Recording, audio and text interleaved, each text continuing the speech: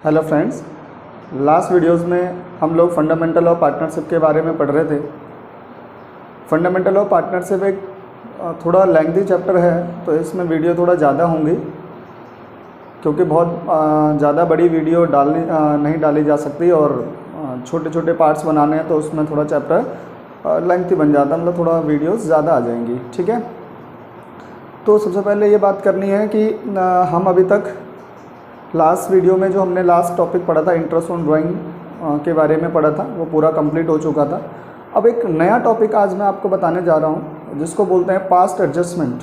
ठीक है, इस चैप्टर का फंडामेंटल ऑफ पार्टनरशिप चैप्टर का ये एक मोस्ट इम्पॉर्टेंट टॉपिक है और एक बहुत अच्छा टॉपिक है। ठीक है, कई बार बच्चों को प्रॉब्लम्स होती है इस टॉपिक के अंदर। ठीक है, लेकिन आपको घबराने की ज़रूरत नहीं है। इसको बहुत सिंपल वे में, एक बहुत आसान तरीके से मैं आपको समझाऊंगा और ये आराम से समझ में आ जाएगा। ओके, तो चलिए देखते हैं। देखिए, पास्ट एडजस्टमेंट होती क्या है। तो पास्ट एडजस्टमेंट का मतलब होता है कि अगर कोई पास्ट ईयर्स में, पिछले सालों में, जब हम बुक्स ऑफ अकाउंट्स क्लोज कर चुके होते हैं और उसके बाद जब नेक्स्ट ईयर में एंटर कर जाते हैं और उस नेक्स्ट ईयर में, यानी कि हमारे पास करंट ईयर है जो, उस करंट ईयर में लास्ट ईयर के कुछ एरर्स और ओमिशंस, मतलब कुछ गलतियां या कुछ भूल हो चुकी है हमसे, और वो इस साल में, इस करंट ईयर के अंदर हमें पता चलती हैं। हमें अब पता चल रहा है कि जी पीछे तो कुछ गलती हो गई है। जैसे इंटरेस्ट ऑन कैपिटल पार्टनर को नहीं देना था, हम दे चुके। इंटरेस्ट ऑन ड्राइंग चार्ज करना था, हमने चार्ज नहीं किया। सैलरी और कमीशन पार्टनर को देना था, हमने नहीं दिया। प्रॉफिट गलत रेशियो में बांट दिया। ठीक है, तो इस तरह की कोई भी गलती हो सकती है, किसी भी तरह की ओमिशंस और किसी भी तरह की एरर्स हो सकती हैं जो हमें करंट ईयर में पता चल रही हैं, और वो एरर्स और ओमिशन कब की हैं? पास्ट ईयर्स की हैं। ठीक है, अब जब पता चल गई हैं, जब हमने उनको नोटिस कर लिया, तो अब उनको रेक्टिफाई करना पड़ेगा, यानी कि सही करना पड़ेगा। और सही करने का क्या तरीका होगा? तो सही करने के लिए आपके पास ये पास्ट एडजस्टमेंट का टॉपिक आपको पढ़ना है, और सही इसको रेक्टिफाई करने के लिए आपके पास दो तरीके होते हैं। एक तरीका होता है कि आप जो पास्ट एरर एंड ओमिशंस हैं उनको एक सिंगल जनरल एंट्री पास करके रेक्टिफाई कर लीजिए, या फिर सभी गलतियों के लिए या सभी ओमिशंस के लिए आपको क्या करना है, अलग अलग एक एडजस्टमेंट एंट्री पास करनी है। अलग अलग, मतलब अगर मान लो 4 एरर्स हैं तो चारों के लिए अलग अलग 4 जनरल एंट्री आपको जनरल एंट्री पास करनी पड़ेंगी। एक अलग अलग 4 एडजस्टमेंट जनरल एंट्री पास करनी पड़ेंगी। ठीक है, तो आइए देखते हैं कि पास एडजस्टमेंट में किस तरह से हमने अलग अलग एंट्री करनी है और किस तरह से हमने एक सिंगल जनरल एंट्री के थ्रू ये जो एरर एंड ओमिशन है उनको रेक्टिफाई करना है। ठीक है, तो देखिए, पास्ट एडजस्टमेंट क्या है? After closing of the books of accounts of the past year some error and omissions are noticed in current year. ठीक है जी, इस साल के अंदर नोटिस किया हमने कि पिछले सालों में कुछ गलतियां हो गई हैं और पिछले सालों के बुक्स ऑफ अकाउंट्स तो क्लोज हो गए, अब करंट ईयर में गलतियां मिल रही हैं, तो अब उनको ठीक करना है। These error and omissions are rectified now by adjusting the capital account of the affected partners. ठीक है, मतलब हम उनको रेक्टिफाई करेंगे, और रेक्टिफाई किससे करेंगे भाई? जो उन गलतियों से, उन एरर और ओमिशन से जो पार्टनर अफेक्ट हुए हैं, जिनके कैपिटल अकाउंट पे उन एरर्स का या उन ओमिशंस का प्रभाव पड़ा है, उन पार्टनर की कैपिटल को ठीक करते हुए हम एडजस्टमेंट एंट्री करते हैं। ठीक है, तो जो एडजस्टमेंट का कैपिटल अकाउंट, यानी कि कैपिटल अकाउंट को जो आपने एडजस्ट करना है, उसको 2 तरीके हैं। कैसे? या तो single journal entry, single adjustment entry pass कीजिए, या फिर separate adjustment entries are pass for each error और ओमिशन। हर एरर और ओमिशन के लिए अलग अलग एंट्री पास कीजिए। ठीक है, अगर अलग अलग एंट्री पास करेंगे तो वो through P&L adjustment account, profit and loss adjustment account के थ्रू वो अलग अलग एंट्री पास होंगी। ठीक है, कैसे होंगे वो मैं अभी आपको बताता हूँ। और अगर आपने सिंगल एडजस्टमेंट एंट्री पास करनी है तो उसके लिए हमको एक पहले टेबल बनानी है। ठीक है, एक एनालिटिकल टेबल प्रिपेयर करनी पड़ेगी, और उस टेबल से लास्ट में जो जिस्ट आएगा, ठीक है, जो लास्ट इफेक्ट बचेगा, उस इफेक्ट से जनरल एंट्री पास कर देनी है, वो सिंगल जनरल एंट्री पास हो जाएगी। ठीक है, सिंगल एडजस्टमेंट एंट्री पास हो जाएगी। तो आइए देखते हैं दोनों में कैसे एंट्री पास करनी है, दोनों तरीके से। ठीक है, पहले आप इसको नोट कीजिए।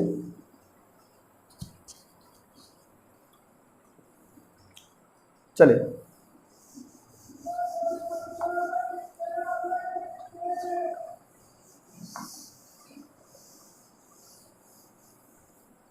देखिए, सबसे पहले मैं लेके चलता हूं if separate adjustment entry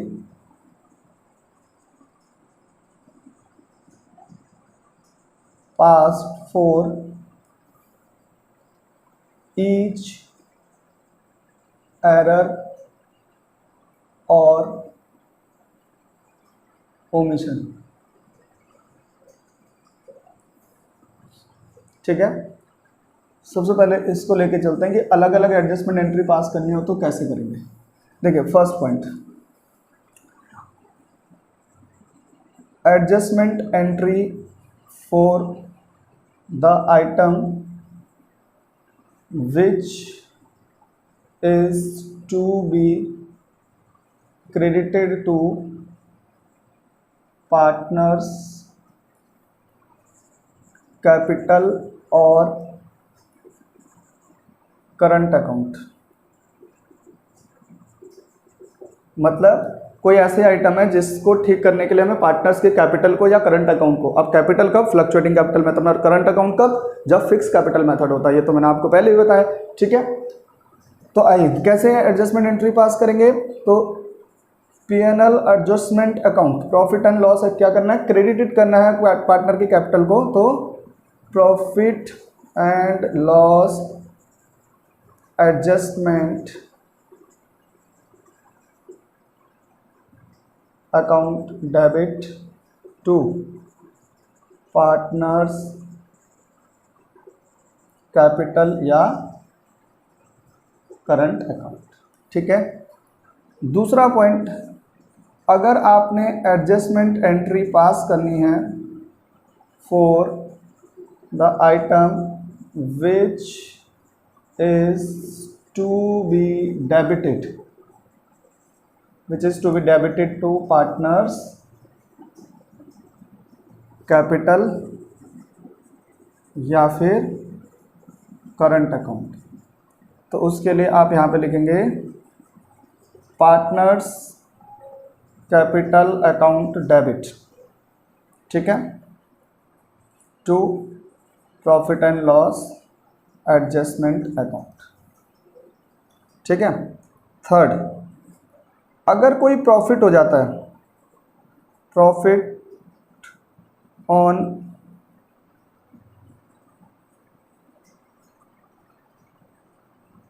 adjustment, ये जो ऊपर आपने एडजस्टमेंट एंट्री पास की है, इन एडजस्टमेंट से अगर कोई प्रॉफिट होता है तो वो प्रॉफिट पार्टनर में बढ़ जाएगा, तो उसके लिए भी एंट्री हो जाएगी profit and loss adjustment account debit to partner capital oblique current account. ठीक है, और अगर मान लीजिए वो लॉस आता है, लॉस ऑन एडजस्टमेंट्स, जो ऊपर एडजस्टमेंट किए हैं उनसे अगर कोई लॉस आ जाता है तो उसके लिए पार्टनर कैपिटल अकाउंट या करंट अकाउंट को डेबिट कर देंगे।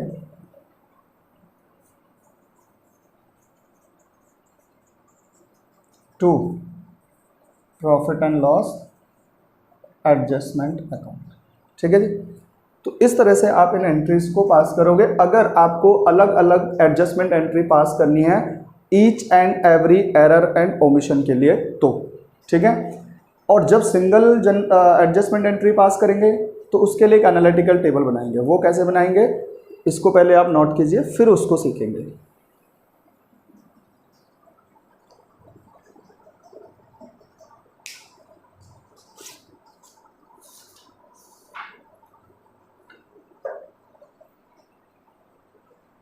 चलिए,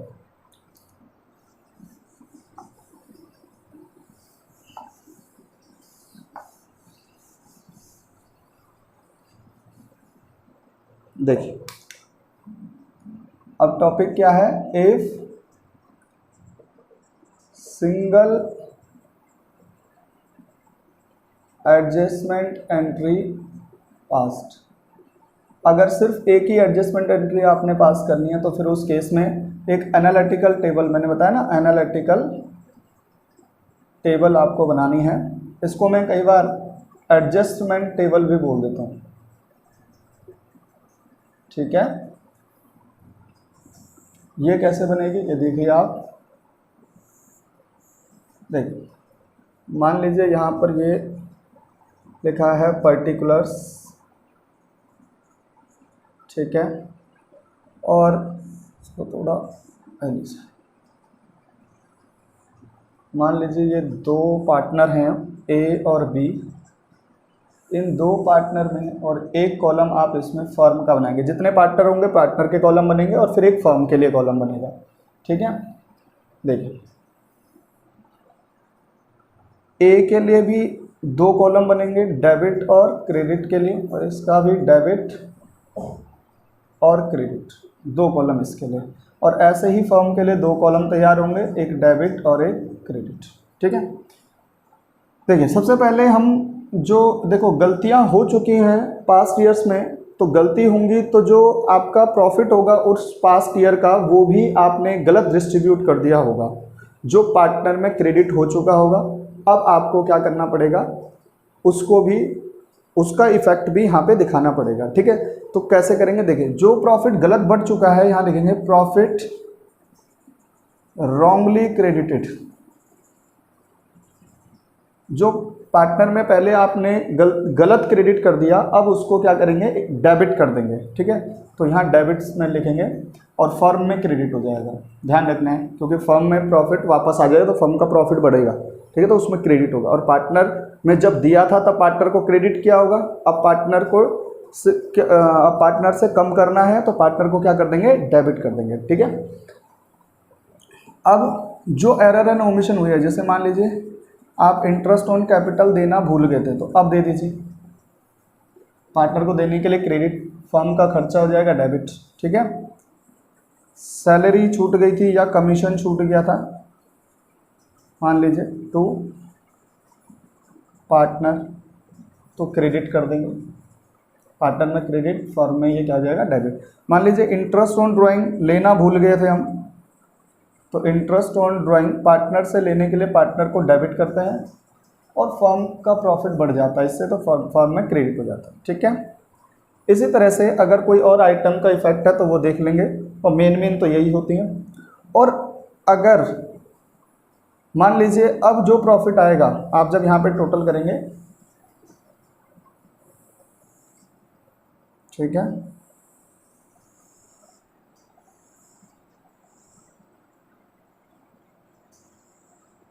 ये लीजिए, जब आप इसका टोटल करेंगे फर्म का, तो मान लीजिए यहाँ क्रेडिट में ज़्यादा आ जाता है, इधर ज़्यादा, ये टोटल ज़्यादा आ गया, डेबिट में कम आ गया, तो इसका मतलब है अब ये प्रॉफिट बाकी है, जो ये प्रॉफिट बच रहा है, ठीक है, ये नेट प्रॉफिट अब आना चाहिए, ये सही प्रॉफिट है जो बटना चाहिए था पार्टनर में।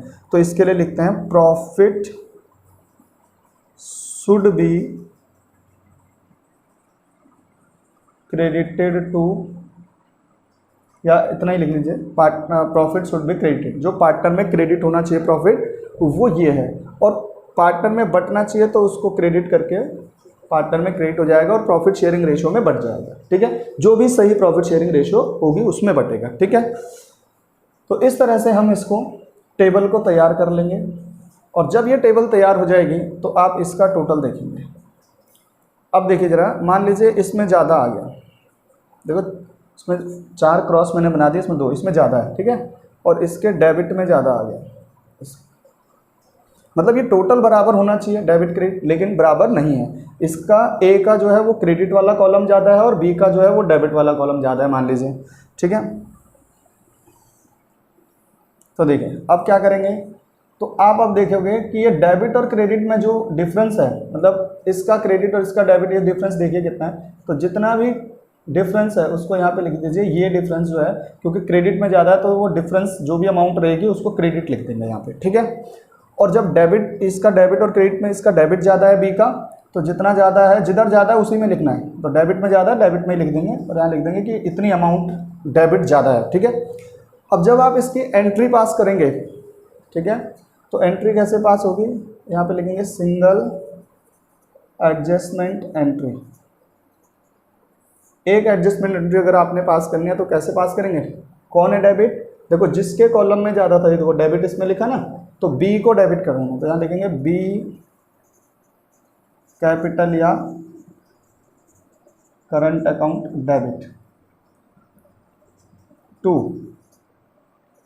क्रेडिट किसको कौन ज़्यादा था, क्रेडिट में ए का ज़्यादा था और ए जितनी अमाउंट यहाँ पे होगी इस अमाउंट से एंट्री होगी, तो as capital oblique current account. इसके लिए नरेशन में लिखते हैं बीइंग एडजस्टमेंट एंट्री पास्ट, बस और कुछ, ठीक है। तो इस तरह से ये एक सिंगल जर्नल एंट्री पास हो जाएगी bye preparing an analytical table, ठीक है। तो इस तरह से आपका ये पास्ट एडजस्टमेंट के क्वेश्चंस किए जाएंगे इसी तरीके से, ठीक है। आपके एग्ज़ाम में ज़्यादातर इससे आता है जो separate adjustment entry for each and every omissions के लिए जो अलग अलग करनी है एडजस्टमेंट एंट्री, वो एग्ज़ाम में बहुत कम चांस है, नहीं आता है वैसे, ठीक है। बाई चांस आ जाए तो अलग बात है, बट जो ये सिंगल एडजस्टमेंट एंट्री पास करने के लिए आता है और एनालिटिकल टेबल के थ्रू अपने ठीक करना होता है, एक लास्ट में एक सिंगल एडजस्टमेंट एंट्री पास करनी होती है, ये most of the time exam में आता है, ठीक है। इसको नोट कीजिए आप।